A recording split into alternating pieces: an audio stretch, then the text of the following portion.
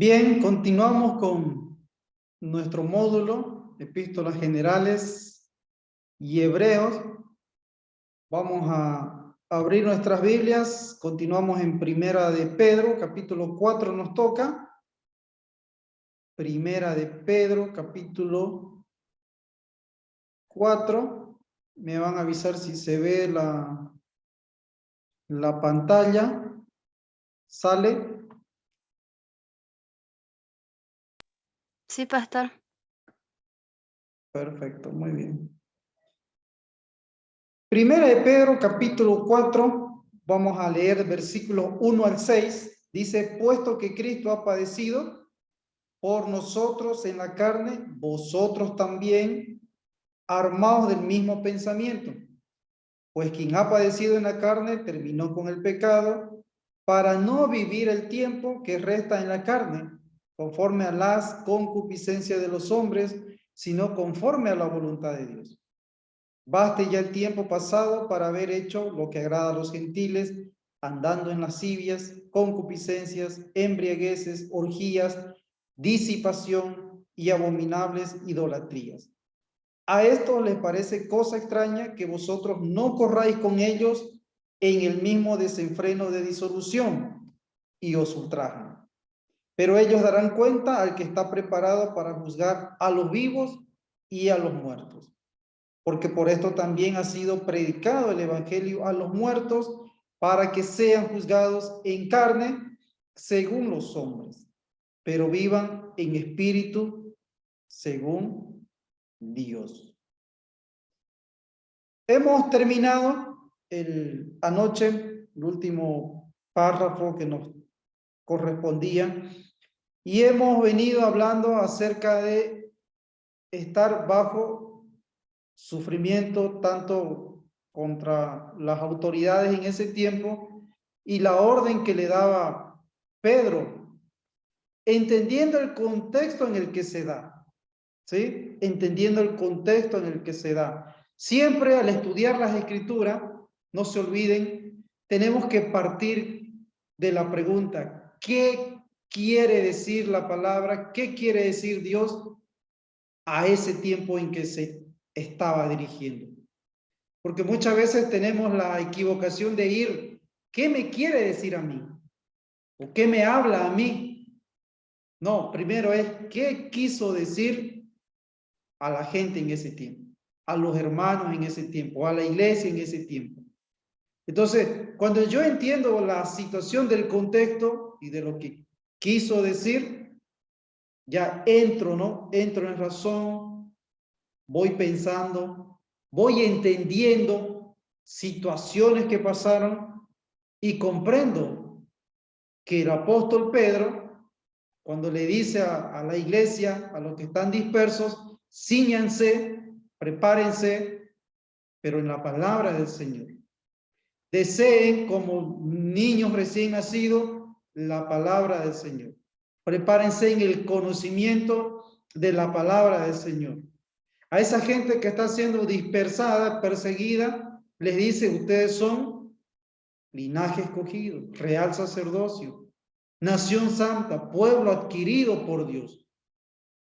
Entonces ustedes, nosotros como teólogos, como personas que estudiamos la Escritura, entendiendo ese contexto, la Escritura, la palabra del Señor, nos llama a traer esperanza, a traer paz, a traer gozo, a traer buenas nuevas de salvación a quienes nos están escuchando.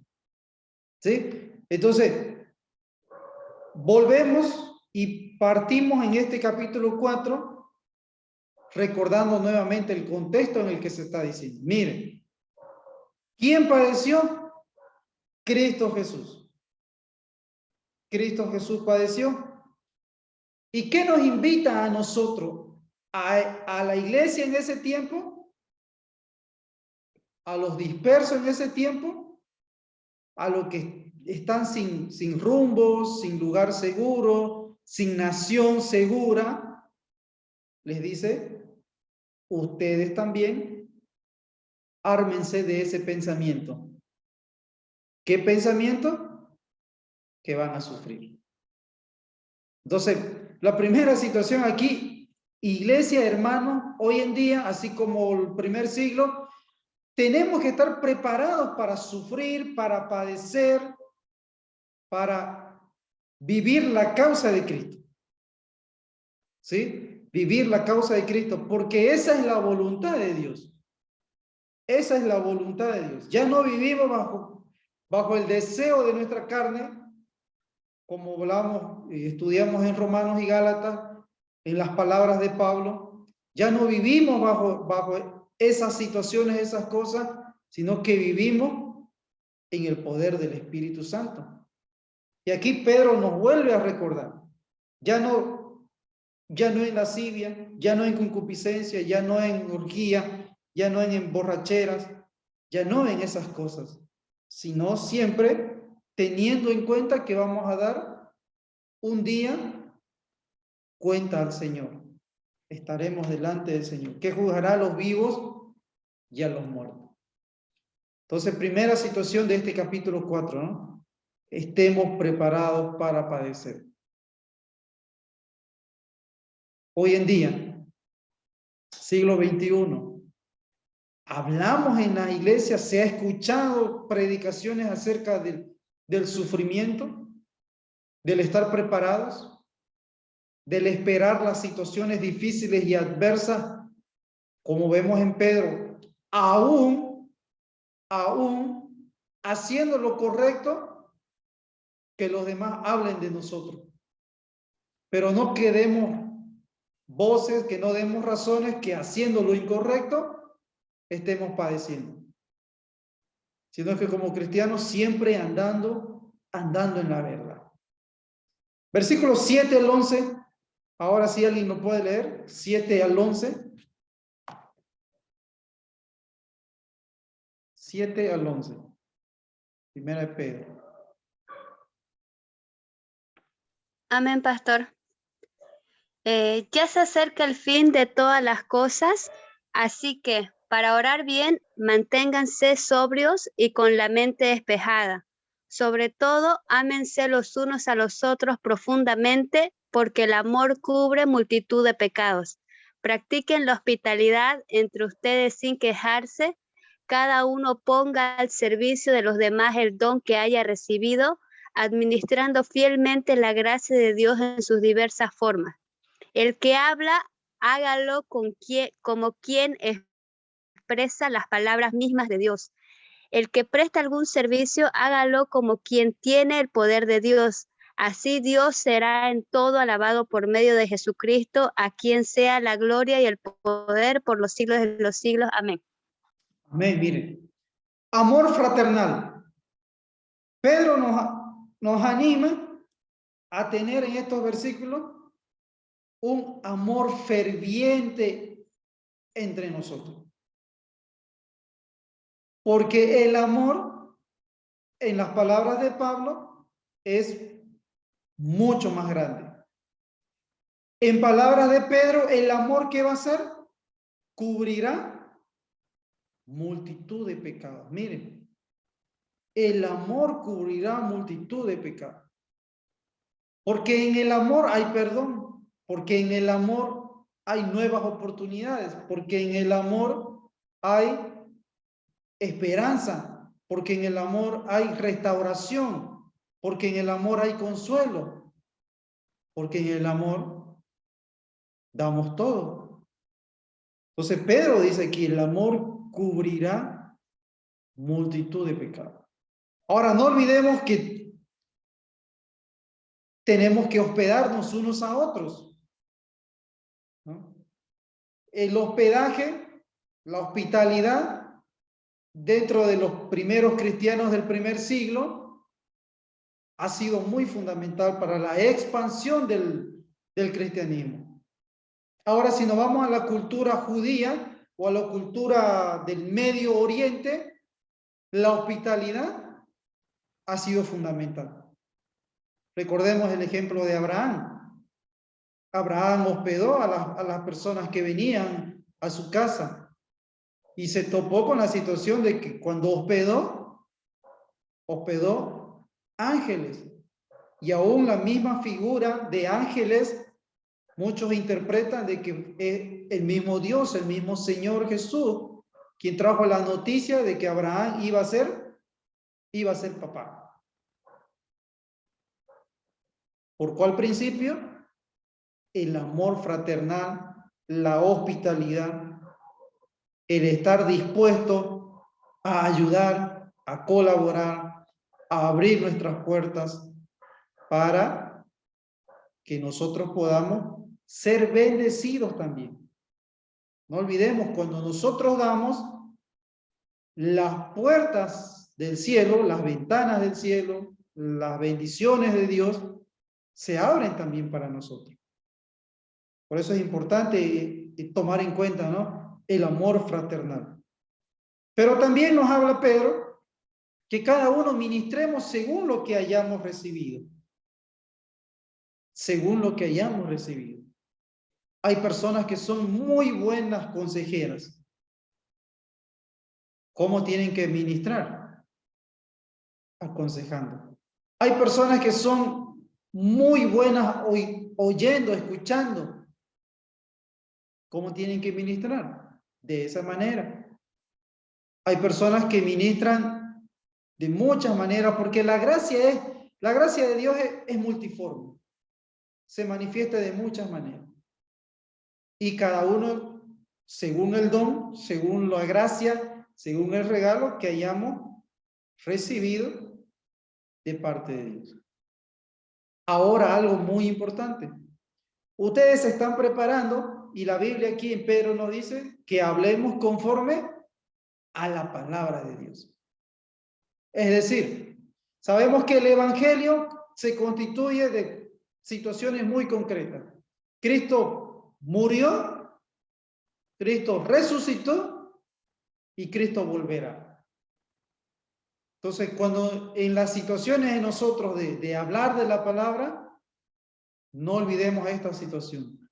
El evangelio es Cristo muerto, Cristo resucitado, pero también esperamos la gloriosa venida de nuestro Señor Jesucristo. ¿Sí? Versículo 12 al 19. ¿Alguien lo puede leer? 12 al 19.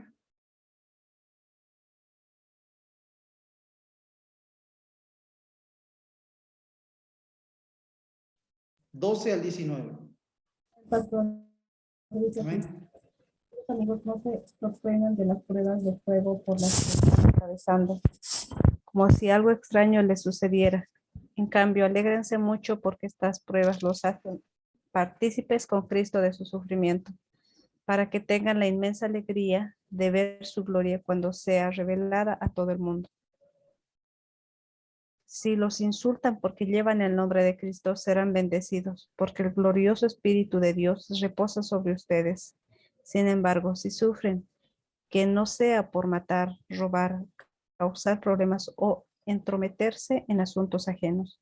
En cambio, no es nada vergonzoso sufrir por ser cristianos. Alaben a Dios por el privilegio de que los llaman por el nombre de Cristo, pues ha llegado el tiempo del juicio y deben comenzar por la casa de Dios. Y si el juicio comienza con nosotros, qué terrible destino les espera a los que nunca obedecieron la buena noticia de Dios. Además, si los justos a duras penas se salvan, ¿qué será de los pecadores que viven sin Dios? De modo que si sufren de la manera que agrada a Dios, siguen haciéndolo lo correcto y confíenle su vida a Dios, quien los creó, pues Él nunca los fallará. La palabra del Señor. Mire, qué párrafo, ¿no? Prepárense para la prueba de fuego. Cristianos, como cristianos. Ahora, es interesante de que la iglesia, los hermanos en este tiempo ya están siendo dispersados, están siendo perseguidos, están sufriendo, están padeciendo, pero Pedro ahí dice, ¿no? No se sorprendan por ese fuego que ha venido. No se sorprendan, dice. Porque ustedes están participando ¿de qué? De los padecimientos de Cristo. Ahora, a ver, una pregunta. ¿Quién se acuerda cuántos años ha pasado de que Cristo vino ya? Según lo que hemos visto, ¿en qué año se escribió Pedro? ¿Cuántos años han pasado? 60. Ajá, muy bien, pastora. Sí, estamos en el 60. Pero Jesús, ¿en qué tiempo se fue? ¿En qué año? En el 33. En el 30. Muy bien. 30. Entonces, aproximadamente entre 30 y 35 años han pasado de que Cristo vino y sufrió. Vino y sufrió. Ahora, los sufrimientos siguen pasando, siguen sucediendo, siguen viniendo por parte del Imperio Romano y es una gran prueba de fuego. Es una gran prueba de fuego. Por eso es que les dice Pedro aquí, ustedes están siendo partícipes de esto que pasó Jesús. Hace 30 años lo mismo padeció Jesús. Persecución, lo mataron, vituperaron, lo golpearon, lo crucificaron y ustedes están siendo parte de esto. Pero alégrense porque están sufriendo esto y que no nos acusen a ustedes porque son ladrones, homicidas, borrachos, por entrometerse en lo ajeno. Eso no es sufrimiento. Eso no es sufrimiento, dice. Ahora, Pedro añade aquí algo muy interesante. De que esta prueba de fuego, ¿qué hace a la iglesia? ¿Qué le está haciendo a la iglesia esta prueba de fuego?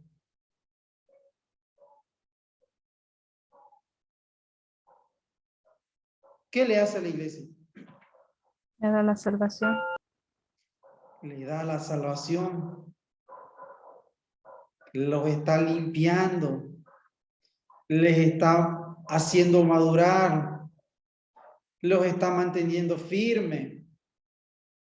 Mire, las pruebas que suceden en el mundo, que padecemos como cristianos, porque estamos en este mundo, recordemos, no estamos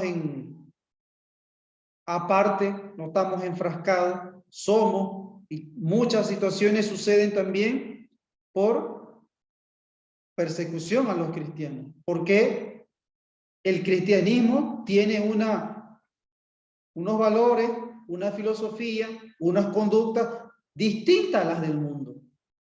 Entonces Pedro dice, ¿no? Si empieza primero por la iglesia, por nosotros, por lo que conocemos como cristianos, y aún así hay gente que se va, que se pierde, que no guarda la fe, que no madura, ¿qué esperaremos? Dice Pedro, de los otros que no conocen a Dios. Así que, hermanos, si estamos sufriendo alguna circunstancia, recordemos, estamos sufriendo y padeciendo las mismas cosas que Cristo padeció. ¿Y qué debemos hacer en estas situaciones? Una sola cosa. Encomendémonos al Creador. Oremos. Mantengamos una comunión firme con el Señor. Es lo único que nos va a mantener firmes y libres de volver atrás. Jesús ya dijo, nadie que poniendo la mano en el arado y mira hacia atrás, vuelve hacia atrás, es digno de ser mi discípulo. ¿Sí? ¿Alguna pregunta, alguna duda? ¿Hay preguntas?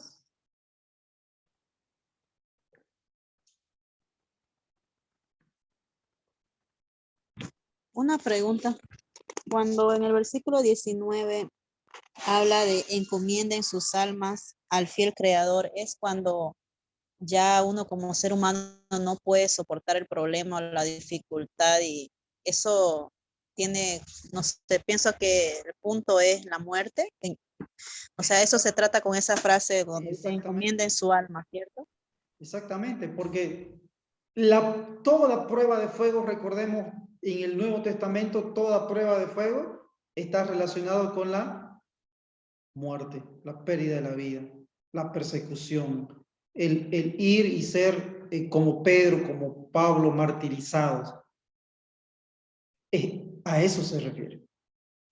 Por eso es que, ¿qué es lo que tenemos que hacer en circunstancias difíciles, enfermedades, problemas, cualquier cosa que nos pase como prueba de fuego? Es encomendarnos, entregarnos al Señor, darnos al Señor. Y recordemos cómo Jesús le dijo a Pedro, ¿no? Pedro, Pedrito, el diablo ha pedido zarandearte, pero yo he pedido que tu fe se mantenga. Y vemos a un Pedro, ¿no? Después de 35 años, que ha sido perseguido, que ha sido encarcelado, que está siendo martirizado y que va a morir en la cruz, igual que su Señor. Claro, y esto es lo interesante hoy en día. No estamos acostumbrados a sufrir. ¿O qué hacemos cuando viene el sufrimiento? Cuando vienen los peligros de muerte. Renegamos, reclamamos, pero Dios, ¿dónde estás? Pero Señor, ¿por qué no me libras si soy tu hijo, si soy tu hija, si te sirvo, si he ayudado, si he hecho muchas cosas por ti? Es que no estás supeditado a cuánto yo le he servido, a cuánto yo le he dado. Estamos en este mundo, como dice Pedro, y tenemos que estar preparados para padecer, para sufrir y, como estamos diciendo, para morir también. ¿Sí? Exactamente a eso se refiere. ¿Sí? ¿Alguna duda más? ¿Pregunta?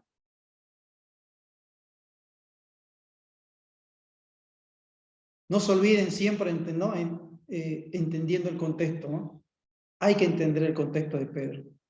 Y eso por eso estamos estudiando, porque de ahí sacamos esas situaciones. Como decía la pastora, ¿no? A eso va, en eso está. La iglesia está siendo dispersada, está siendo perseguida. Recordemos, hemos dicho el contexto, ¿no? Nerón quemó Roma, ¿y a quién le achacó? ¿A quién los acusó? ¿A quién los empezó a perseguir? A los cristianos. Exactamente. Entonces eso no lo olviden. Cuando miren Pedro, cuando lean Pedro, cuando enseñen Pedro, cuando prediquen de Pedro, recuerden esa situación. ¿Alguna pregunta más? ¿Dudas?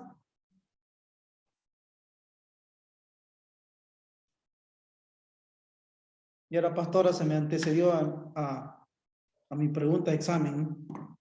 Así que ya la saben si la ven por ahí. ¿A qué se refiere la prueba de fuego? Muerte. Muerte. Capítulo 5, del 1 al 7, ¿alguien lo puede leer? Rapidito. Vamos a terminar. 5 del 1 al 7. ¿Alguien Amén. más que participe? Mano de Esther. 5 del Amén, 1 pastor. al- Ruego a los ancianos que estén entre vosotros, y yo anciano también con ellos, y testigo de los padecimientos de Cristo, que soy también participante de la gloria que será revelada. Apacentad al grey de Dios que está entre vosotros, cuidando de ella, no por fuerza, sino voluntariamente, no por ganancia deshonesta, sino con ánimo pronto, no como teniendo señoreo sobre los que están a vuestros ciudadanos, sino siendo ejemplos de la grey. Y cuando aparezca el príncipe de los pastores, vosotros recibiréis la corona incorruptible de gloria. Igualmente, jóvenes, estad sujetos a los ancianos y todos sumisos unos a otros, vestidos de humildad, porque Dios resiste a los soberbios y da gracia a los humildes. Humillaos, pues, bajo la poderosa mano de Dios, para que Él os exalte cuando fuere tiempo, echando toda vuestra ansiedad sobre Él, porque Él tiene cuidado de vosotros. Palabra de Dios. Amén. Miren la situación de Pedro aquí, ¿no? Vemos a un Pedro humilde, la humildad de Pedro. Ahora nosotros nos preguntamos hoy en día, siempre han considerado a Pedro el papá de la iglesia, ¿no? El papa de la iglesia. Pero hoy en día, ¿cómo viven los papas? Los papas católicos, ¿cómo viven? ¿Cómo los conoce usted? ¿Cómo escucharon? Felices, felices viven. En la opulencia. En la opulencia, en la riqueza, en los lujos. No pisan la tierra donde van. Pedro, recuerden, él no fundó ninguna iglesia en Roma. Y hemos dicho, ni siquiera Pablo tampoco. Entonces esa creencia o ese dicho, ese rumor de que Pedro, primer papa en Roma, no hay hechos históricos que fundamenten esa situación. Y aún menos esta situación que estamos viendo aquí en Pedro. Por ejemplo, dice Pedro, anciano también. ¿A quién se dirige? A los ancianos, ¿no? Y hemos estudiado en las epístolas pastorales, ¿no? ¿A quiénes se refiere cuando hablamos de ancianos?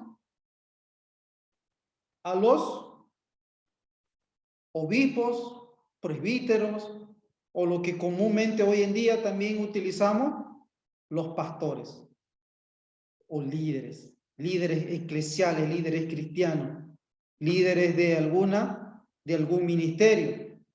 Entonces, el consejo viene de esta manera: apacentar. ¿Qué entendemos por apacentar? ¿Qué es apacentar? Cuidar, Cuidar. ¿Qué más? Proteger. Proteger. ¿Qué más es apacentar?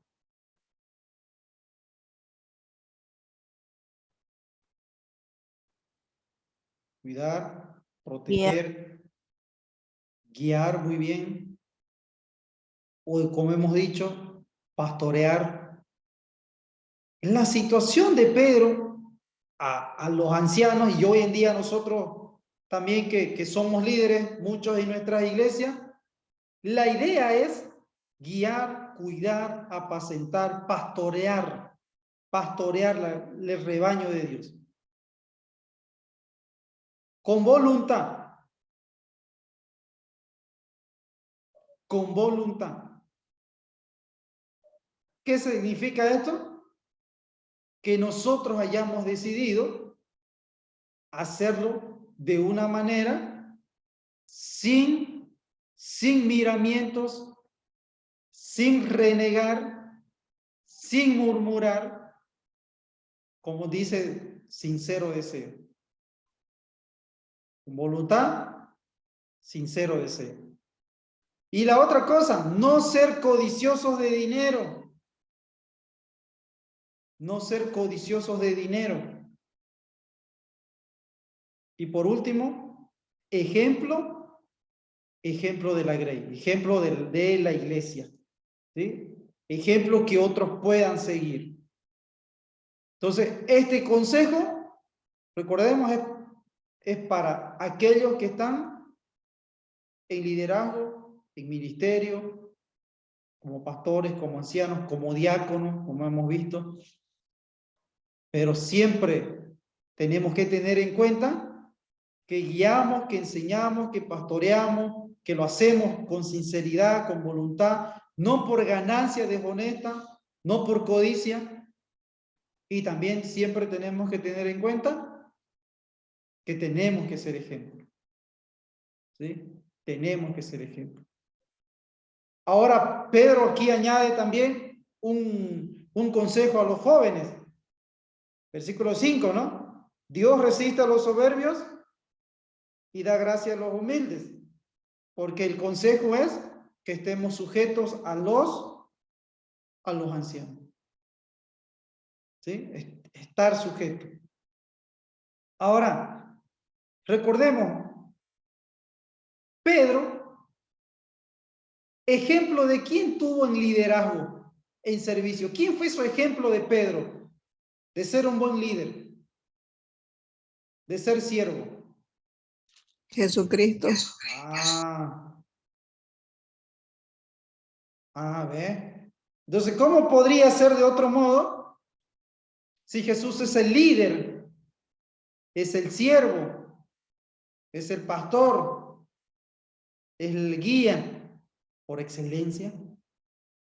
Claro que el consejo de Pedro nos ayuda a nosotros, porque él también vivió de esa manera, se condujo de esa manera, y ya en los últimos años de su vida da el consejo también, que sigamos este ejemplo.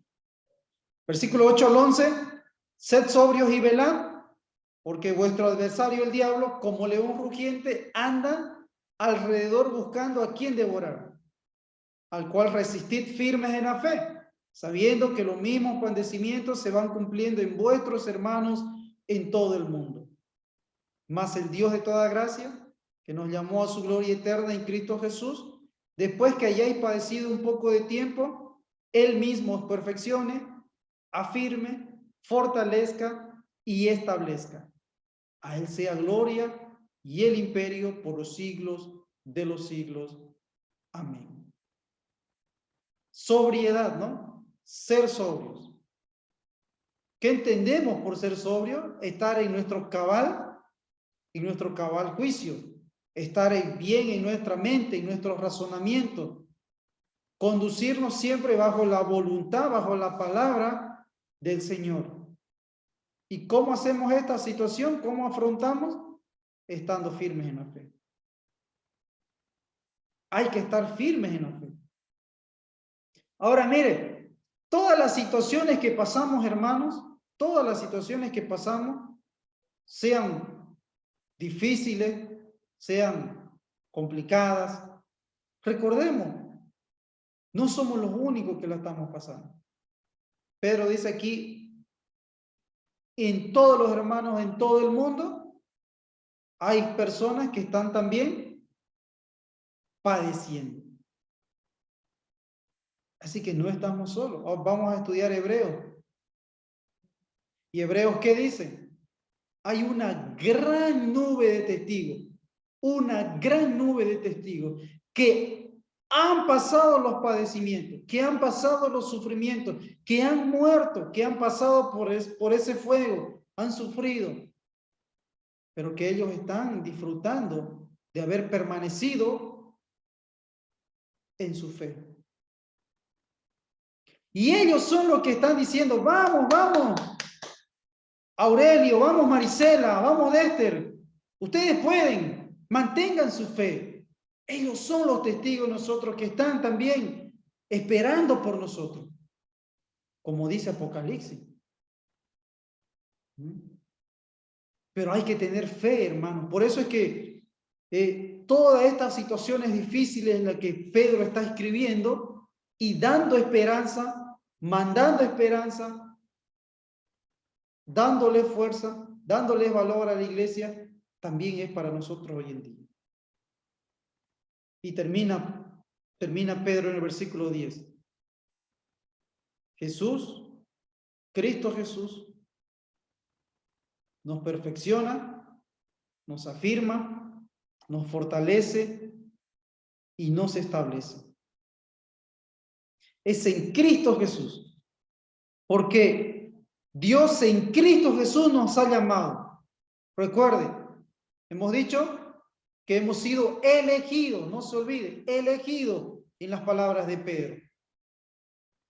según la presciencia o los previos conocimientos de Dios, que Él nos ha puesto aquí para ser sus hijos, para ser sus herederos, para ser sus discípulos.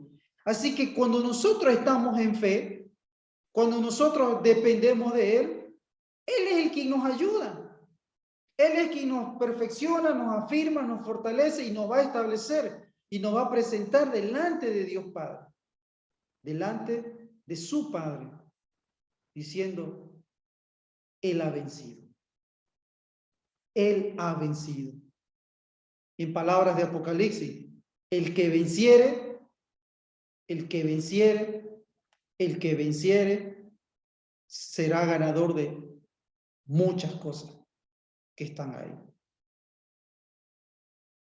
¿Alguna pregunta? ¿Alguna duda? Hemos terminado primera de Pedro.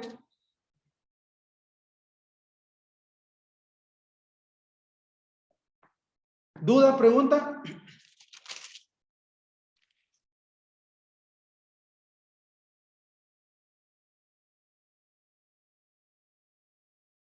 ¿Consultas?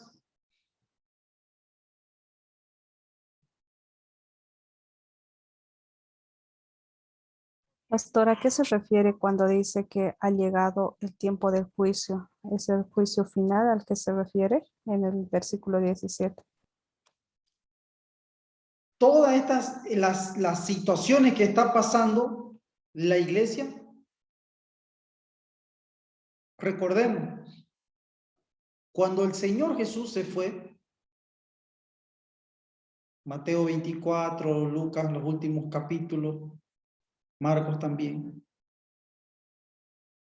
¿De qué hablaba? ¿Qué iba a pasar en los últimos tiempos? Iba a haber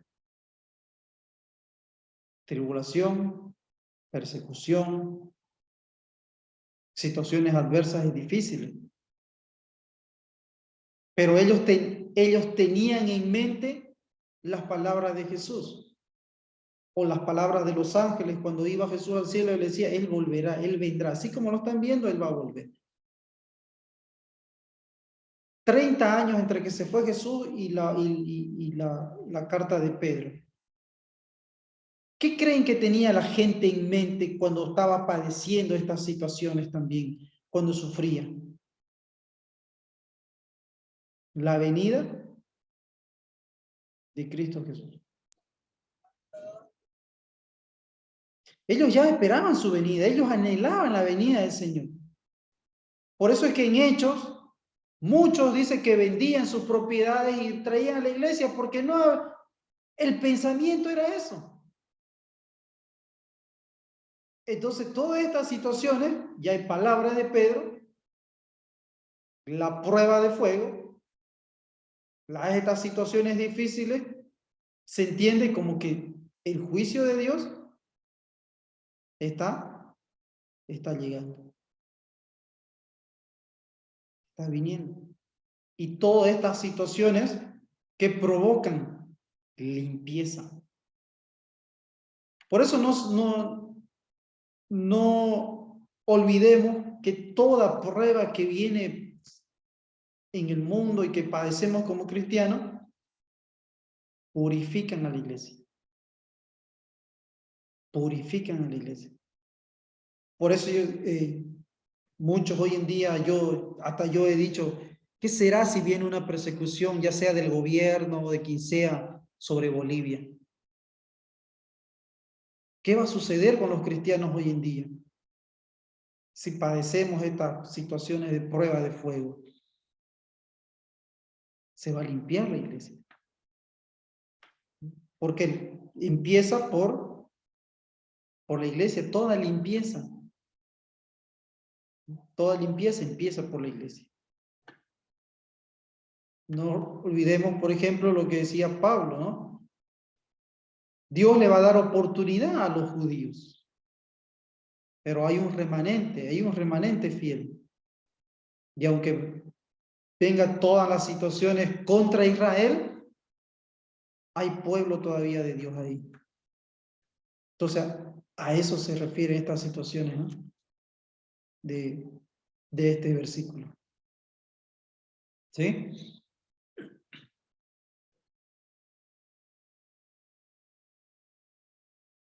¿Alguna duda más? ¿Pregunta? Pastor, quisiera que me explique un poco sobre cuando dice Dios resiste a los soberbios, pero da gracia a los humildes.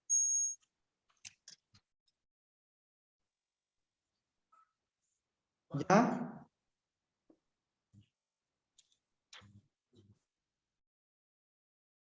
Versículo 5 del capítulo 5, ¿no? ¿Qué es lo que hizo? ¿Qué es lo que hizo que el diablo fuera expulsado del cielo?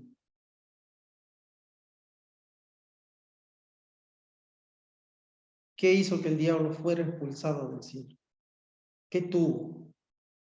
Se ¿Qué reveló. pensó? Se le vino la soberbia, se le vino el orgullo. Porque él era uno de los ángeles más hermosos. Él dice que llevaba y traía y venía y llevaba alabanza a Dios.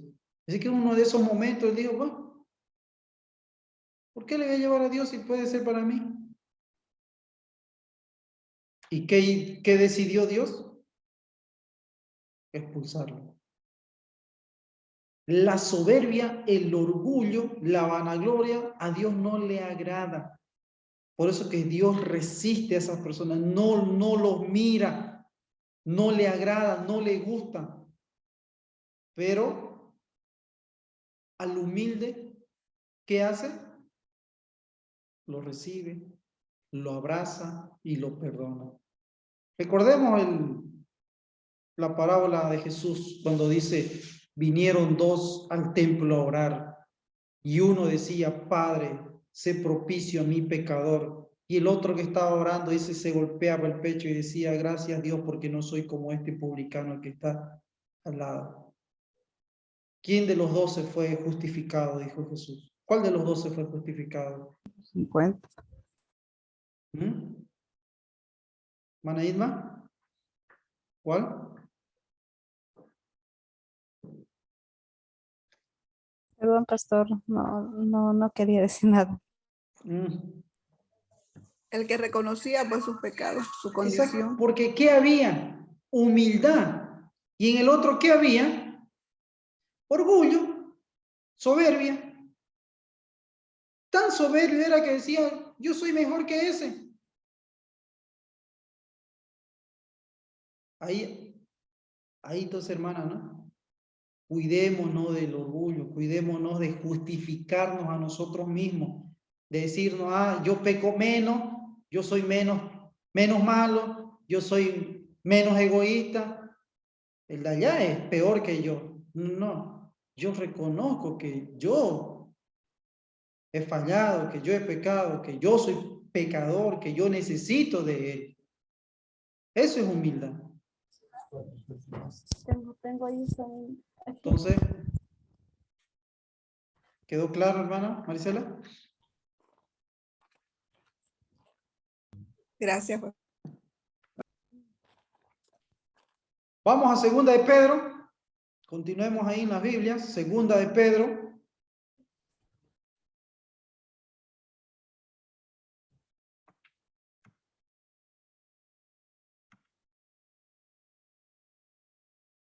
¿Quién es el autor? Segunda de Pedro. Pedro. El apóstol Pedro. ¿Qué fecha? Año que está datado entre el 64 al 68. al 67 después de Cristo, ¿no? ¿En qué año estaba, en qué fecha estaba datado Primera de Pedro?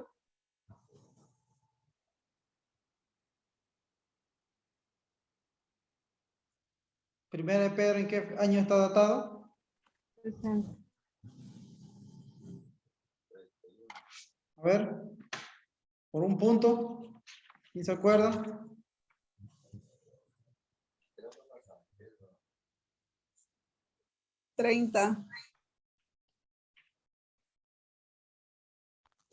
Del 45 al 55. ¿Ya? Entonces, ¿desde qué lugar escribió? Roma. Los destinatarios, a diferencia de la mayoría de las epístolas, esta no menciona, dice, lugar alguno. Sin embargo, era la segunda carta de Pedro a las mismas personas. Entonces, ¿a quién estaba dirigida la primera carta? ¿Quiénes eran los destinatarios? Los expatriados. Muy bien. Parecido, dice aquí. Los esparcidos, los expatriados, ¿no? El sinónimo, la palabra. Entonces, esta segunda carta va dirigida a ellos. ¿Cuál es la idea principal del libro? La idea es un despertar a su situación cristiana, a crecer, a dejar la falsedad y esperar y apurar la venida del Señor. Esa es la idea principal del libro. ¿Cuál es la razón principal por la que se escribió este libro? La iglesia estaba siendo afectada por los falsos maestros y la persecución los estaba desanimando. Dos situaciones, ¿no? Los falsos maestros y la persecución los estaba desanimando. Tomemos en cuenta esta situación, miren, porque dentro de estas dos cosas se va a mover la carta. ¿Ya? ¿Cuál es la razón entonces del libro? Falsos maestros y la persecución los estaba desanimando. Contexto histórico de Pedro. ¿Se ve la diapositiva? ¿Me avisan? Contexto histórico de 2 de Pedro. ¿O se colgó? Se ve. Ya, listo. Entonces, los falsos maestros estaban filtrando, se estaban infiltrando, se estaban entrando las iglesias en Asia Menor. Pero no dice explícitamente en dónde estaba cuando escribió esta carta, como lo hace en 1 de Pedro 5:13. Pero el consenso parece que Pedro escribió desde la prisión en Roma. ¿Ya? Desde la prisión en Roma, donde estaba enfrentando la muerte inminente. Los cristianos a quienes Pedro escribió eran gentiles en su mayoría.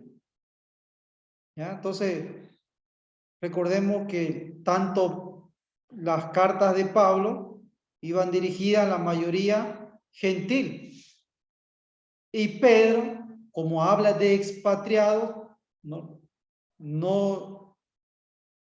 desprendemos de esta situación de que dentro de la gente que está en otro lugar ha creído en el Señor y que también ha venido a pertenecer a la familia cristiana. Entonces la mayoría eran gentiles. ¿Cómo podemos dividir la segunda carta de Pedro? Capítulo 1, grandes y preciosas promesas. ¿Sí? Grandes y preciosas promesas. Capítulo 2, los falsos maestros. Y el capítulo 3, la tardanza de la venida del Señor. La tardanza de la venida del Señor. Entonces, así se divide esta carta. Capítulo 1, grandes y preciosas promesas. Capítulo 2, los falsos maestros. Y capítulo 3, la tardanza de la venida del Señor. ¿Ya? Entonces vamos a desglosar cada parte. Versículo 1, 2 de Pedro 1. Simón Pedro, siervo y apóstol de Jesucristo, a los que habéis alcanzado por la justicia de nuestro Dios y Salvador Jesucristo, una fe igualmente preciosa que la nuestra. Gracia y paz os sean multiplicadas en el conocimiento de Dios y de nuestro Señor Jesús. Ahora, siervo dice, ¿no? Siervo dice. Pero, ¿sabe cuál es la traducción más fidedigna? La palabra que se traduce como siervo en el original griego. Esclavo. ¿Esclavo de quién? De Cristo. ¿Qué entendemos por ser esclavo de alguien o esclavo de Cristo? Que hacemos lo que Él nos manda. No hacemos nuestros propios deseos, no hacemos nuestra propia voluntad, no hacemos nuestros propios anhelos, tampoco hacemos nuestros propios sueños o metas. Esa es la connotación de esclavo de Cristo. O como han traducido, siervo de Cristo. Versículo 2. Hay una situación muy interesante aquí. Gracia y paso sean multiplicadas. ¿En qué dice? ¿Qué palabra utiliza ahí?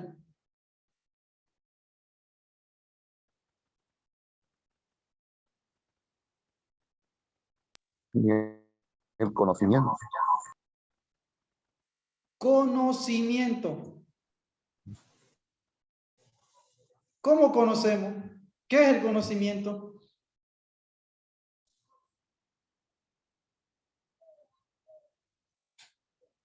¿Cómo conozco a Dios? ¿Cómo sé más de Dios?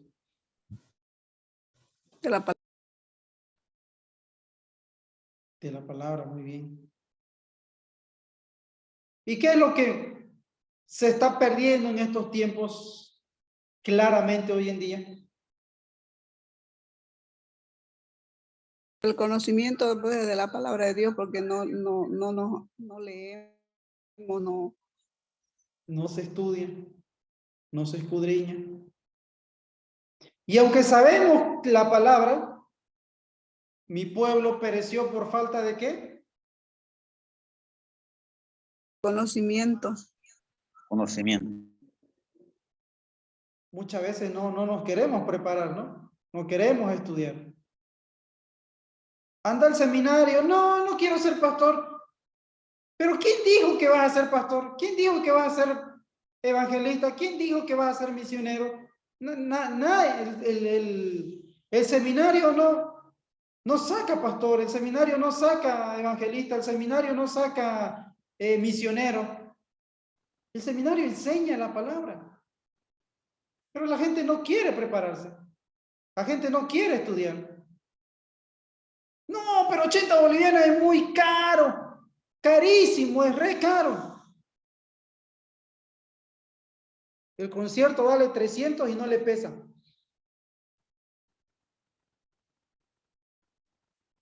Un celular vale $1,000 y no le pesan. O 1,200 bolivianos y no les pesa. Pero para el conocimiento, para prepararse, para estudiar la palabra del Señor, ahí todo pesa. Y Pedro dice aquí, en el conocimiento de Dios y de nuestro Señor Jesucristo. La fe viene ¿por qué? ¿Por qué viene la fe? ¿Por qué se sustenta nuestra fe? Por oír. ¿Por oír qué? La palabra de Ah, Por oír el la palabra de conocimiento. Dios. Oír la palabra de Dios. Estudiar la palabra de Dios, escudriñar la palabra de Dios. Yo agarro y leo mi Biblia. Ahí viene la fe, no viene por otra cosa. Hoy en día nos hemos inventado cualquier cantidad de situaciones y de cosas en la iglesia. Hay cultos que duran 3 horas, pero la palabra, la prédica, 20, 15 minutos. Hombre, ¿y para qué? ¿Para qué la tienen la pobre gente ahí si no hay palabra, si no hay conocimiento, si no hay instrucción, si no hay apacentar, si no hay pastorear, si no hay enseñar, si no hay aprendizaje, si no hay guía? ¿De qué sirve las 3 horas? Sí, el conocimiento, dice Pedro, es el conocimiento de Dios, de Cristo Jesús. Jesús le dijo a los discípulos, escudriñen las escrituras, porque en ellas, ¿qué van a encontrar? La salvación de vuestras almas. Mire, ya aquí en 2 versículos nomás ya, tantas situaciones de enseñanzas que podemos aprender. Esclavo de Cristo y el conocimiento. Versículo 4. 3 y 4, ¿alguien lo puede leer? 3 y 4. Amén, pastor. Dice, como todas las cosas que pertenecen a la vida y a la piedad nos han sido dadas por su divino poder mediante el conocimiento de aquel que nos llamó por su gloria y excelencia, por medio de las cuales nos ha dado preciosas y grandísimas promesas para que por ellas llegaseis a ser participantes de la naturaleza divina, habiendo huido de la corrupción que hay en el mundo a causa de la concupiscencia. Mire, ¿qué tenemos en la Escritura? ¿Qué hay? ¿Qué nos ha sido dada? Grandísimas y preciosas promesas. Pero ¿cómo voy a saber que hay estas promesas aquí que son para mí? ¿Cómo voy a saber? ¿Cómo las voy a conocer? Si descuido el conocimiento de la misma palabra. Si no voy a la Escritura, si no conozco, si no estudio, si no aprendo, si no la escudriño, ¿cómo voy a saber de las promesas que Pedro dice aquí? Preciosas y grandísimas promesas.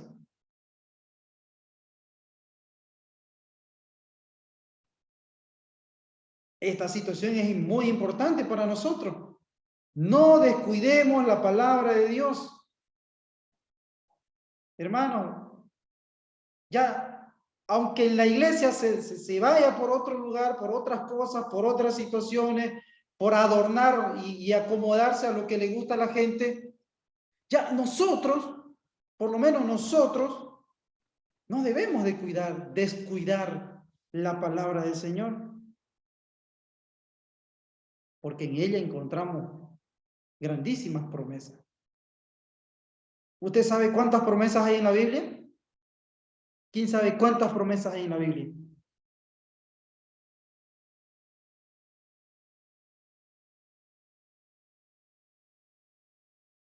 ¿Cuántas promesas hay en la Biblia?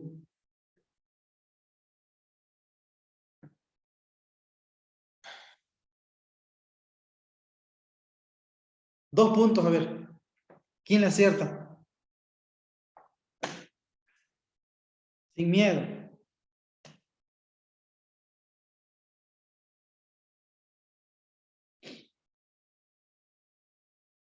Hermana Irma.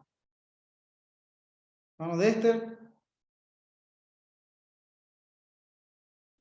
Hermana Marisela. Pastora Beatriz. ¿Cuántas promesas hay en la Biblia aproximadamente?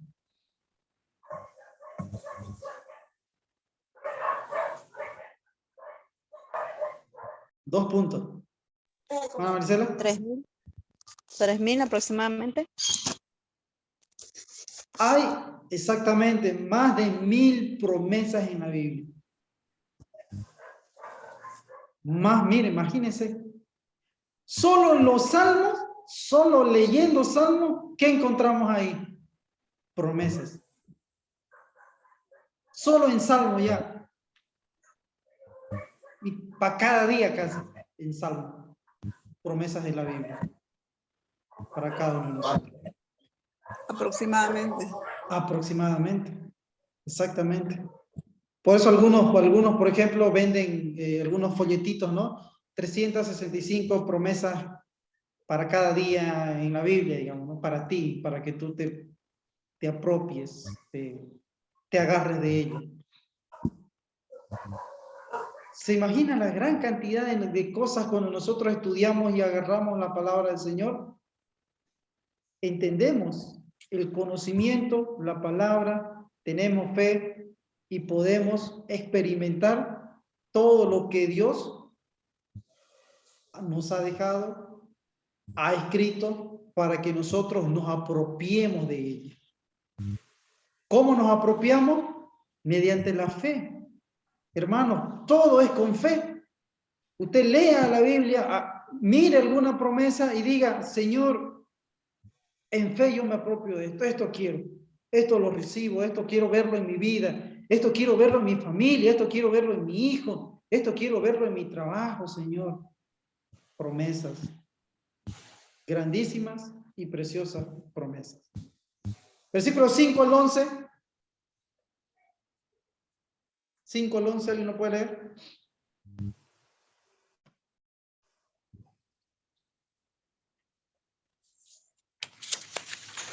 Amén. 5 al 11. Amén.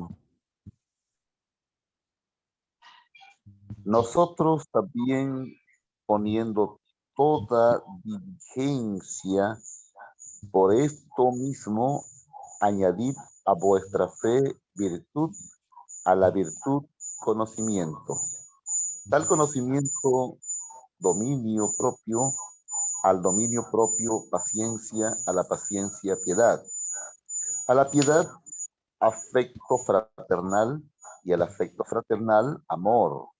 Porque si estas cosas están en vosotros y abundan, no os dejarán estar ociosos ni sin fruto en cuanto al conocimiento de vuestro Señor Jesucristo. Pero el que no tiene estas cosas tiene la vida muy corta, es ciego, habiendo olvidado la purificación de sus antiguos pecados. Por lo cual, hermanos, tanto más procurad hacer firme vuestra vocación y elección, porque haciendo estas cosas no caeréis jamás, porque de esta manera os será otorgada amplia y generosa entrada en el reino eterno de nuestro Señor y Salvador Jesucristo. Amén. Ven, miren, 7 cualidades divinas. 7. ¿Qué nombra aquí? Virtud, conocimiento, dominio propio, paciencia, piedad, amor fraternal y el amor. Afecto fraternal y amor. 7 cualidades divinas. ¿Qué nos dice Pedro con esta situación? Que vivamos en esto. Que vivamos en esto. Ahora, muchas veces nosotros descuidamos estas cualidades divinas que el Señor puede trabajar en nosotros.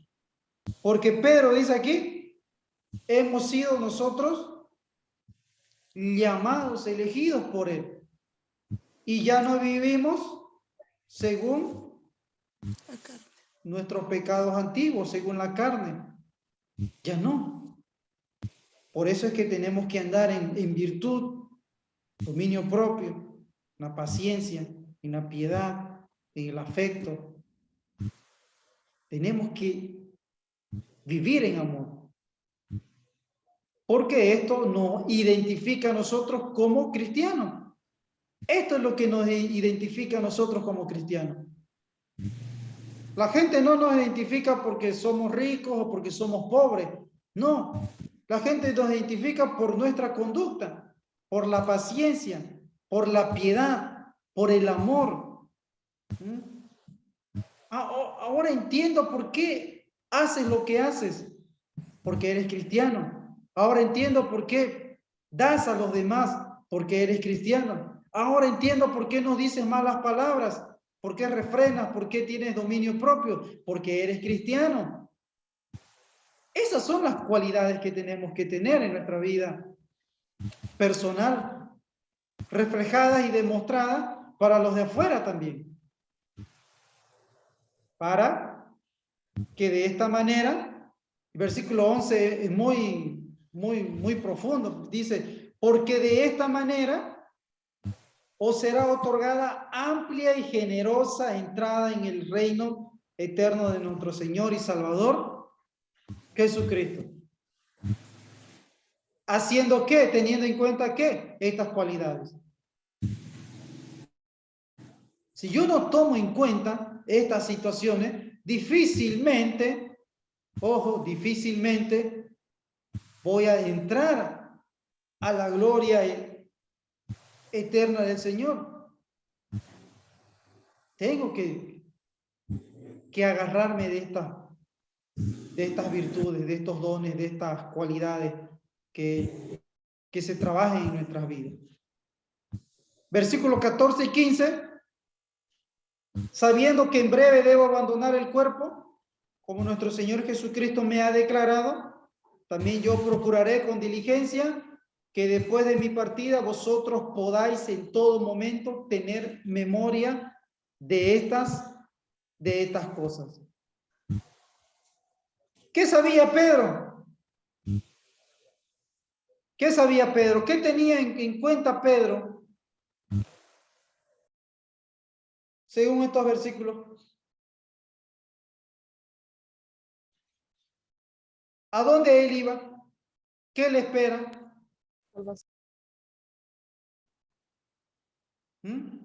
¿Qué le espera a Pedro? ¿Qué tiene en mente?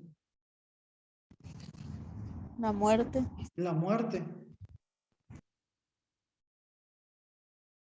Ahora, Pablo decía, ¿no?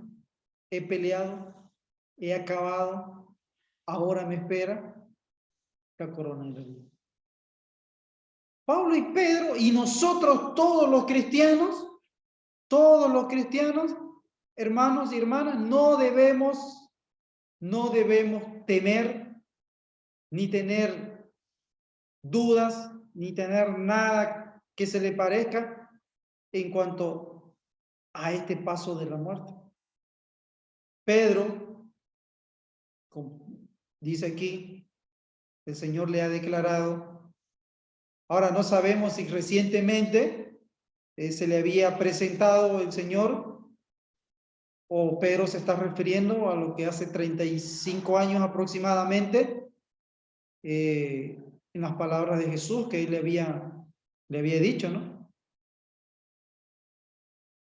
La cosa, el suceso aquí no importa cuándo, sino que Pedro tenía en mente de que él iba a morir.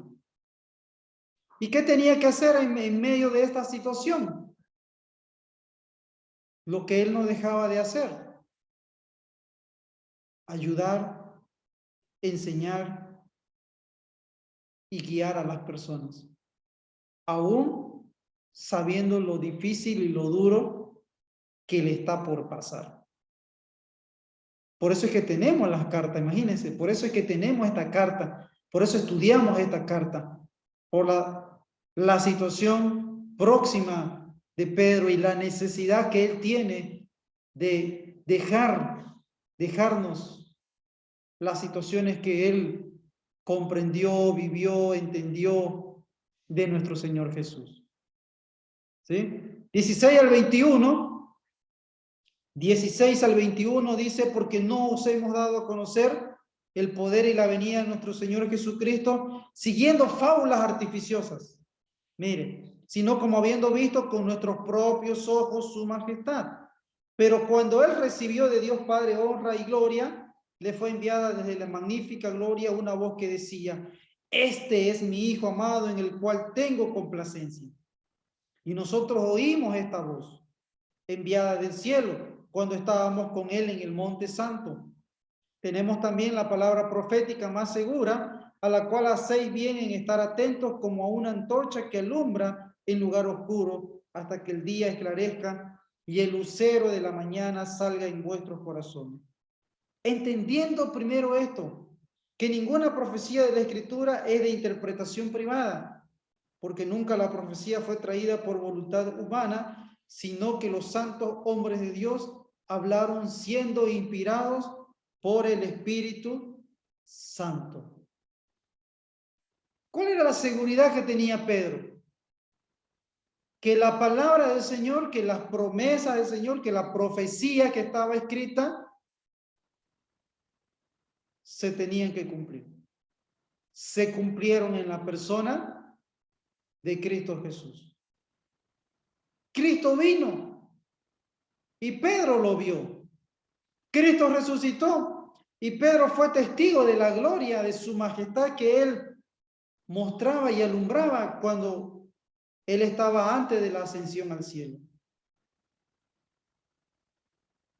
La pregunta ahora para nosotros, ¿estamos seguros que el Señor, estamos convencidos de que el Señor es el Señor? ¿Ha muerto? ¿Ha resucitado? ¿Entendemos esa palabra que estamos estudiando, que se ha cumplido en él, las profecías de Salmos, de Isaías, de Miqueas, de Amós, de Oseas? ¿En quién se cumplió? En la persona de Cristo Jesús. Así tenemos que estar seguros, así tenemos que estar convencidos, así tenemos que vivir de esta manera. El Señor murió, el Señor resucitó y el Señor volverá. Capítulo 2, vamos al capítulo 2, versículo 1 al 22, del 1 al 22. Vamos a ver acerca de los falsos maestros. Hubo también falsos profetas entre el pueblo. Versículo 1. Como habrá entre vosotros falsos maestros, que introducirán encubiertamente herejías destructoras y aún negarán al Señor que los rescató, atrayendo sobre sí mismo destrucción repentina. Y muchos seguirán sus disoluciones, por causa de los cuales el camino de la verdad será blasfemado. Y por avaricia harán mercadería de vosotros con palabras fingidas. Sobre los tales ya de largo tiempo la condenación no se tarda y su perdición no se duerme. Porque si Dios, escuche bien, si Dios no perdonó a los ángeles que pecaron, sino que arrojándolos al infierno los entregó a prisiones de oscuridad para ser preservados al juicio, y si no perdonó al mundo antiguo, sino que guardó a Noé, pregonero de justicia, con otras 7 personas, trayendo el diluvio sobre el mundo de los impíos, y si condenó por destrucción a las ciudades de Sodoma y Gomorra, reduciéndolas a ceniza y poniéndolas de ejemplo a los que habían de vivir impíamente, y libró al justo Lot, abrumado por la nefanda conducta de los malvados, porque este justo que moraba entre ellos afligía cada día su alma justa, viendo y oyendo los hechos inicuos de ellos.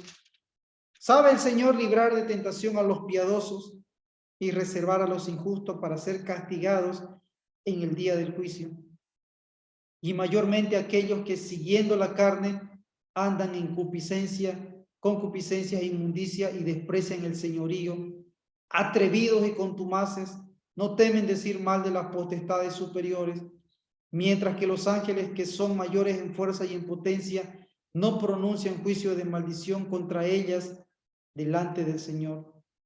Pero estos, hablando mal de cosas que no entienden, como animales irracionales, nacidos para presa y destrucción, perecerán en su propia perdición, recibiendo el galardón de su injusticia, ya que tienen por delicia el gozar de deleites cada día. Estos son inmundicias y manchas, quienes aún mientras comen con vosotros se recrean en sus errores. Tienen los ojos llenos de adulterio, no se sacian de pecar, seducen a las almas inconstantes, tienen el corazón habituado a la codicia y son hijos de maldición.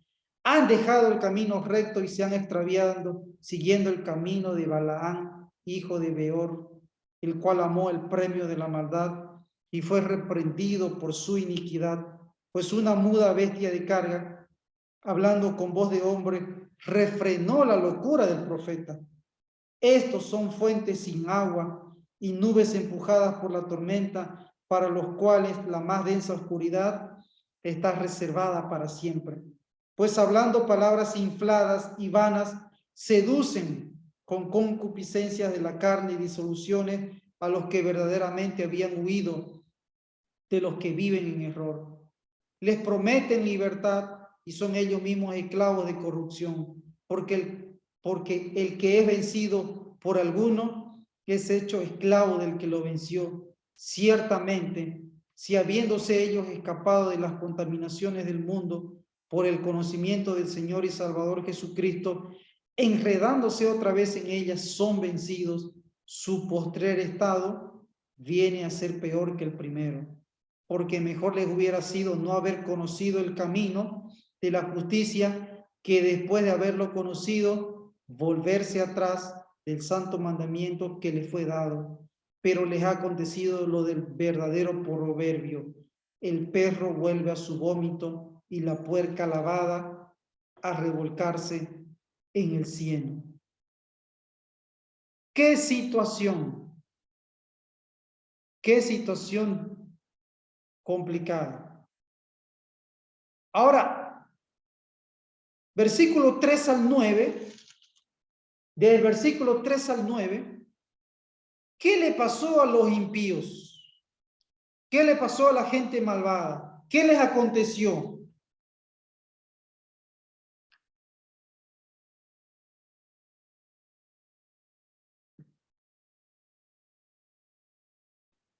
¿Qué les aconteció a la gente malvada?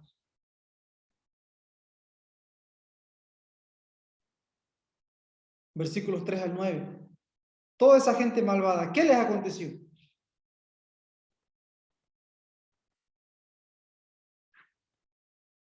Codicia, pastor. Destruir. Hermana Irma. Dice que fueron destruidos. Destruidos. Destruidos. ¿Qué les va a pasar a los falsos maestros? ¿Qué les va a pasar? ¿Qué les viene? Van a ser destruidos en el juicio. Van a ser destruidos. Ahora mire lo que nombra Pedro aquí. Y esto es similar a Judas. Similar a Judas. Capítulo 2 y Judas es similar. Muchos estudiosos teólogos de la Biblia dicen, ¿quién copió a quién? ¿Quién agarró a quién? Porque es similar. Mire, las expresiones que se refieren aquí de los falsos maestros introducirán herejías destructoras, negarán al Señor, seguirán disoluciones, harán que el camino sea blasfemado, tendrán palabras fingidas y harán mercaderías de ustedes, andarán en la carne, andan en concupiscencia e inmundicia, desprecian la potestad, atrevidos, contumaces, dicen mal de las potestades, bestias brutas, hechas para presa y destrucción. Aún mientras comen con nosotros, con la iglesia, se recrean en sus pecados, ojos llenos de adulterio, que no cesan de pecar. Seducen a las vidas que andan inconstantes, que andan de aquí para allá. Tienen el corazón habituado a la codicia. Son fuentes sin agua, hijos de maldición, nubes de tormenta. Hablan palabras infladas y vanas. Seducen concupiscencia de la carne y son esclavos de la corrupción. Mire estas situaciones de los falsos maestros. Ahora, pensemos y miremos y veamos con ojos críticos de mirar y de ver las situaciones que se dan hoy en día. ¿Cuánta gente con Biblia en la mano andando en adulterio, andando en fornicación, andando en corrupción, andando en palabras infladas. Yo he escuchado a pastores, gente muy conocida, amarrando al diablo, pisoteando al diablo, encadenando al diablo, pisando la cabeza del diablo. Y Pedro dice, atrevidos, contumaces, dicen mal de las potestades, hablan de lo que no saben. ¿Qué situación, no? Usted no ha escuchado gente que ora de esa manera, que ata hoy día y que desata y que toman a las potestades como cualquier cosa. Pedro dice que en los últimos tiempos se iban a levantar gente de esa manera. Judas dice que ni siquiera el arcángel Miguel se atrevió a decir ninguna palabra contra el diablo. Ninguna palabra. Y siendo similares, teniendo poder, ni se atrevió. Y hoy en día, gente contumaz, atrevida, que hace y se mueve y dice lo que sea contra el diablo, contra las huestes, sin nada. Pedro dice aquí, recibirán destrucción. ¿Y sabe qué es lo triste de todo esto? Que estos falsos maestros, como dice aquí, han engañado a la gente. O están engañando a la gente. Ciertamente, como dice el versículo 20, ellos andan ahí con las contaminaciones del mundo. Con las contaminaciones del mundo. Pero lo triste es que esa gente que los sigue, que los escucha, que está con ellos, ¿qué van a recibir también? ¿Qué hemos dicho que recibieron? Destrucción. Terrible. Ahora, hermanos, por eso es que si no estudiamos la escritura, si no estudiamos la palabra, va a pasar lo que sucede con cualquier cosa que nos enseñen, que nos prediquen, que nos digan, que hagan. La gente va a seguir, porque la gente, como muchos han dicho esta noche, no ama estudiar la palabra. No le gusta prepararse, no le gusta invertir en el conocimiento de la escritura. O aún tomarse el tiempo de hacer un devocional, leer la palabra, irse al capítulo y subrayar, ver, escudriñar. No hay. Entonces, cuando viene alguien con palabras, como dice aquí, vanas, infladas, con situaciones, nos encanta, como dice Pablo, ¿no? Comezón de oír. Entonces, prestemos mucha atención a estas situaciones en los últimos tiempos, como dice Pedro aquí. Ahora, esto no solamente fue de los últimos tiempos, fue de ese tiempo también. Por eso es que Pedro dice, hubieron falsos profetas, ¿y qué hay hoy en día? Falsos maestros también. Capítulo 3, ya para terminar, capítulo 3. Pastor,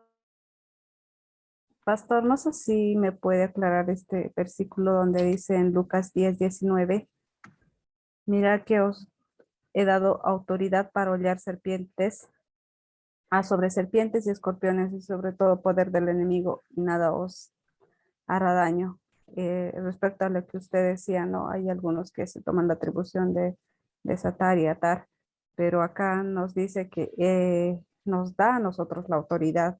¿O a qué autoridad se refiere, pastor? Porque la representación de serpiente también, ¿a qué se da a entender? Eso, pastor, por favor.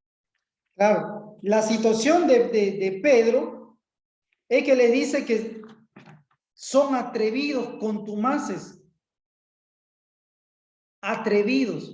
con las potencias celestiales, dice aquí. Pedro echó fuera demonios muchas veces. Juan lo mismo, Jesús lo mismo. Hoy en día los cristianos lo mismo.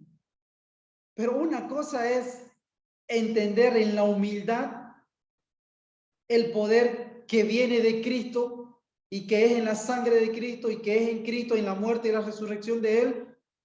Y otra cosa ya es sobrepasarnos y creer que nosotros podemos decir cosas, hablar cosas y creer que está bajo nosotros, está bajo el poder de Cristo. Él es, claro, y le ha dado el poder a la iglesia. Pero la situación es aquí cuando nos sobrepasamos en cosas, en situaciones que ya nos vamos al otro extremo del atrevimiento, del no entender de que tenemos que ser humildes. ¿Por qué? Si nosotros nos enorgullecemos, ¿qué va a hacer el enemigo, el diablo, las potencias con nosotros? ¿Tienen o no tienen poder? ¿Tienen o no tienen autoridad? ¿Tienen o no tienen dominio? Entonces, por eso es que humildad. Y no es tampoco, como el versículo que dice, a veces hay gente que ha sido tan atrevida que dice, a ver, voy a tomar un veneno, porque la Biblia dice lo que usted leyó. La Biblia dice que yo voy a tomar veneno, que voy a agarrar serpientes, que voy a hacer esto y que no me hará daño. A ver, me tomaré un venenito. ¿Usted cree que eso es correcto, que eso está bien, o que eso es ser un atrevido con Dios? ¿Qué piensan? ¿No es ser un atrevido con Dios eso?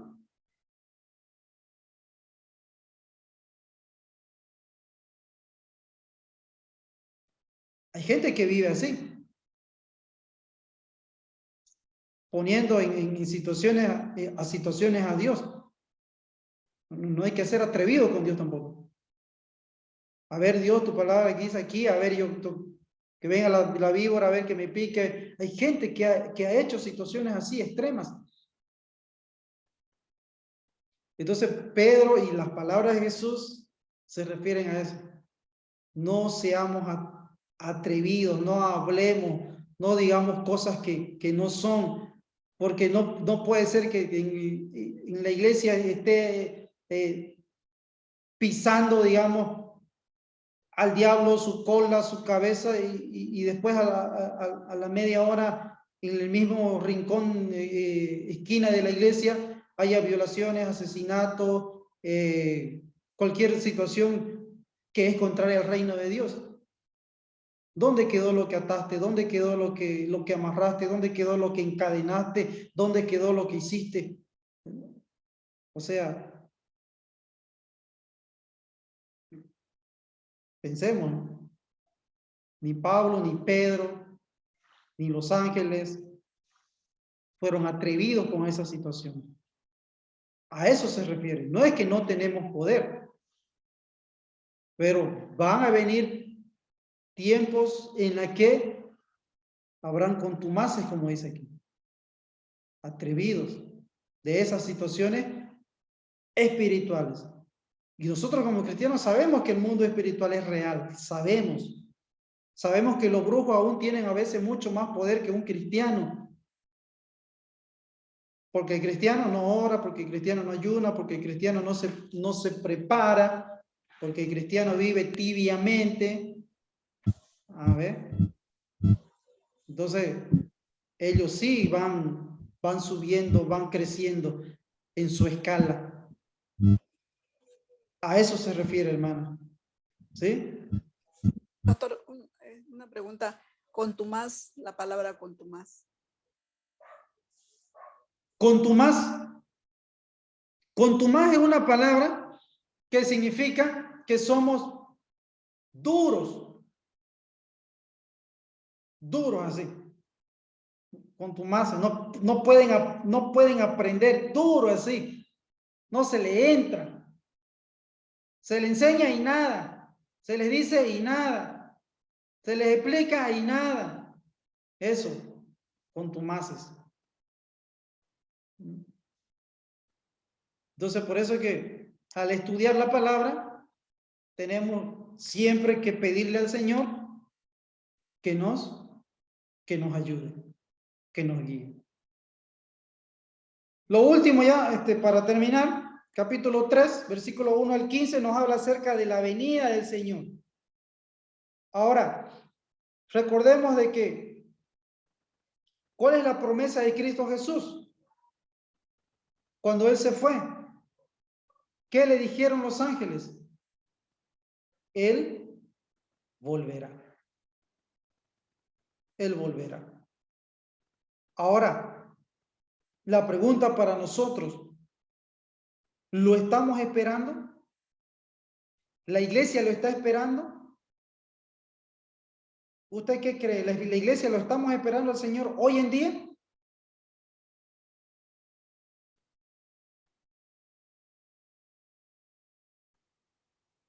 ¿O estamos afanados? ¿O estamos preocupados? ¿O estamos en lo material? ¿O estamos pensando en el aquí? Cuando la iglesia naciente y creciente se preocupaba ya porque el Señor dijo que iba a volver. Por eso es que tenían las cosas en común, por eso es que los que tenían más vendían las cosas y nadie tenía necesidad en la iglesia, todos compartían, todos tenían lo mismo, porque había ese pensamiento. Pastor, Ajá. como nos los pintan, que cuando venga Jesucristo ya es el fin del mundo y todo va a acabar, va a llover fuego, azufre. Bueno, eso es lo que se nos dice, ¿no? Entonces, nos da miedo y preferimos que todavía no venga. Ujú. Y bueno, pues no sé qué decir, no sé si usted nos puede dar algunas luces sobre ese tema.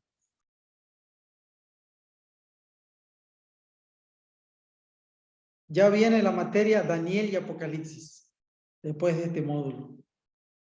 Ahí van a resolver algunas cuestionantes que hay, digamos, ¿no? Pero una de las cosas, una de las situaciones es que el Señor viene, lleva a su iglesia, su pueblo escogido, los que perseveraron, y que quienes se quedan al juicio de Dios. ¿Quiénes se quedan al juicio de Dios? ¿Quiénes se quedan a las copas de ira? Va a disculpar que le corte. Yo tengo una consulta sobre esto. Sobre esta cuarentena que pasó, el hombre lo hizo, no fue Dios. Si usted puede analizar y comprender bien, hace años atrás o meses atrás, ya hubo pronosticado sobre esta pandemia, ya habían hecho dramatización. O sea, el hombre sabe la Biblia, sabe también la ciencia, pero si analizamos científicamente, yo no pude comprender tan bien, ahorita hablándole, el hermano queriéndole preguntar a usted, Dios es bueno, es misericordioso, pero también es justo y recto. No puedo decir que ha sido Dios que ha hecho en esta cuarentena, ha traído esta enfermedad, pero algo sí sé que hubo mucho pecado. Analicémoslo profundamente. Yo sé que el hombre lo hizo, solamente eso.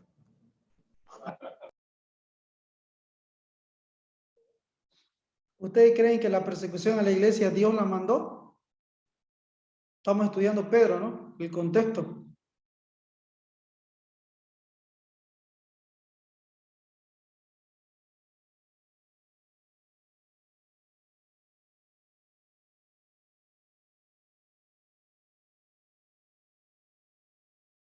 A ver, respóndame. ¿Quién mandó, quién hizo la persecución a los cristianos en ese tiempo?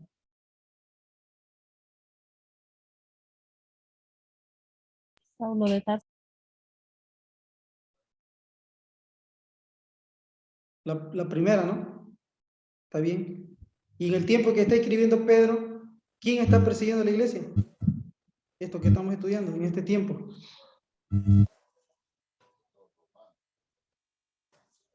¿65 después de Cristo?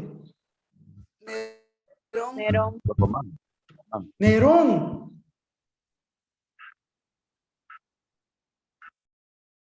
O sea que, hermanos, estamos estudiando. Dios es soberano y hay y las situaciones no escapan a su voluntad, pero eso no quiere decir que Él las manda o que Él no las manda. La situación de la iglesia naciente primitiva y el año 65 después de Cristo, en la que Pedro está sufriendo, hay una esperanza para ellos. No están diciendo Dios nos mandó, ellos están esperando la venida del Señor. Porque le está persiguiendo el imperio romano, el hombre. Y no solamente vino esa situación en ese tiempo, pensemos a través de la historia, las situaciones que han venido. Todas las situaciones que han venido. Y en todas las situaciones, ¿qué tenemos que tener nosotros? ¿Qué tenemos que esperar? ¿Qué tenemos que anhelar? ¿Qué tenemos que tener? ¿Qué es lo que tenemos que tener? Hermanos, ¿qué estamos estudiando? La esperanza que no nos Eso, entonces si usted se desvía de eso, si usted no tiene eso, si usted no se agarra de las promesas que estamos acá y pensamos, como muchos han venido diciendo, el anticristo, el reino del norte, el reino del sur es Israel, el reino del norte es Estados Unidos. Pero resultó que no es Estados Unidos porque ahora China se está levantando y está teniendo un mal poder. O sea que la apocalíptica es esperanza, la apocalíptica es resistencia, la apocalíptica es no se desmayen, la apocalíptica es permanezcan. Porque ese imperio, esa persona, ese poderoso, tiene su fin, todo va a acabar. Todo va a acabar y todo se va a acabar. Cielo y tierra pasarán, pero ¿qué no va a pasar? ¿Qué no pasa? La palabra no pasa. Eso es lo que tenemos que tener. ¿Sí? Eso es lo que tenemos que tener. Van a seguir viniendo cosas, van a venir cosas peores. El problema no está de dónde, quién, qué, dónde, cuándo. El problema radica en dónde voy a poner yo mi confianza. ¿Dónde voy? O voy a renunciar o voy a negar mi fe, como está pasando, como ha pasado con muchos que vemos aquí en Pedro, que por esto que estaban engañando, que se levantaron, que inflaban con palabras supersticiosas y vanas, engañaron a muchos. Esa es la situación aquí. Versículo 9. ¿Qué dice el versículo 9? ¿Alguien lo puede leer ya para ir terminando? ¿Qué dice el versículo 9? Dice la palabra así: el Señor no retarda su promesa, según algunos la tienen por tardanza, sino que es paciente para con nosotros y que queriendo que ninguno perezca, sino que todos procedan al arrepentimiento. Subrayelo eso porque puede ser pregunta de examen. Porque el Señor, ¿por qué el Señor demora su venida? ¿Por qué el Señor retarda su venida? ¿Por qué el Señor está tardando? ¿Por qué si en el año 30 Jesús dijo, los ángeles dijeron, Él volverá, y han pasado 1900 y tantos años, y el Señor no viene. ¿Cuál es la razón de su demora según el versículo 9? ¿Qué quiere el Señor? ¿Cuál es la voluntad del Señor? Que nadie se pierda. Ahora yo le pregunto a la iglesia y ustedes pueden responder o no pueden responder. ¿Estamos cumpliendo con esta situación de que la gente conozca del Señor? ¿Escuche del Señor? ¿Se arrepienta? ¿La iglesia está cumpliendo? ¿O en qué está afanada la iglesia hoy en día? ¿En qué se afana? ¿En qué se preocupa? En este versículo, que muchos conozcan del Señor. Claro, pero que le predique el pastor, que le predique la pastora, que le predique el líder de jóvenes, que le predique el copastor. Yo, hasta ahí nomás, digamos, ¿no? Entonces, nosotros tenemos que colaborar en esto que Dios anhela. No queriendo que ninguno perezca, sino que todos procedan al arrepentimiento. ¿Y cómo va a pasar eso? Con la predicación de la palabra. Con nuestras actitudes, con nuestras buenas obras, con ser luz, con ser sal. Esa es la situación que tenemos que tomar en cuenta hoy en día. Haya fuego, haya persecución, haya hambre, haya escasez, haya virus, no haya virus, venga la viruela, venga la guerra, venga la escasez, venga el hambre, venga la persecución sobre Bolivia, sobre Sudamérica, o sobre lo que pase, cualquier cosa que pase, yo como cristiano tengo que predicar sí o sí. Porque esa es la voluntad del Señor, porque por eso el Señor está tardando. Y listo. Nada más tenemos que hacer. Versículo 7 al 10. Pero el versículo 10. Pero el día del Señor vendrá como ladrón en la noche, en el cual los cielos pasarán con gran estruendo y los elementos ardiendo serán deshechos y la tierra y las obras que en ella hay serán quemadas. Puesto que todas estas cosas han de ser deshechas, como no debéis vosotros andar en santa y piadosa manera de vivir, esperando y apresurándoos para la venida del día de Dios, en el cual los cielos, encendiéndose, serán deshechos y los elementos, siendo quemados, se fundirán. Pero nosotros esperamos, según sus promesas, cielos nuevos y tierra nueva. Entonces, ¿qué esperamos? ¿A quién esperamos? ¿Qué hacemos? La vida eterna, cielo nuevo, tierra nueva. Entonces, hermano, la situación en segunda de Pedro es esta, ¿no? La situación de segunda de Pedro es esta. Entonces hemos terminado. ¿Alguna duda, alguna pregunta?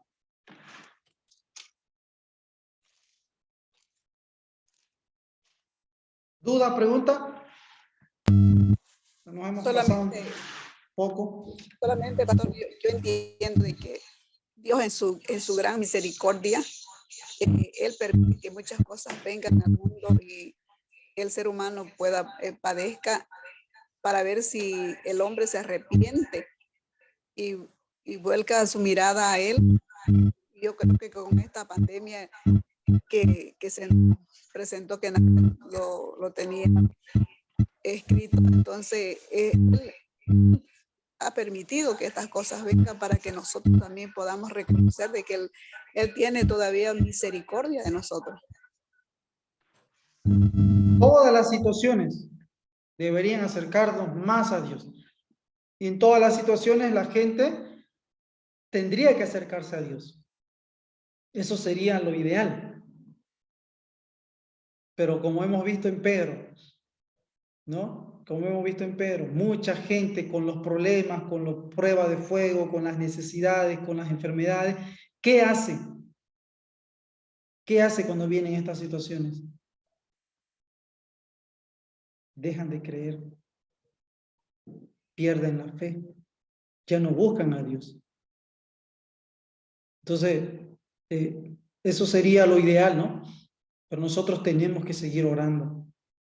¿Ven? Tenemos que seguir orando, tenemos que seguir confiando, tenemos que seguir predicando, tenemos que seguir esperando la venida del Señor y tenemos que seguir conociendo más del Señor. Eso es lo que tenemos que hacer. ¿Amén? No nos queda otra cosa más por hacer. Hemos terminado. Ya.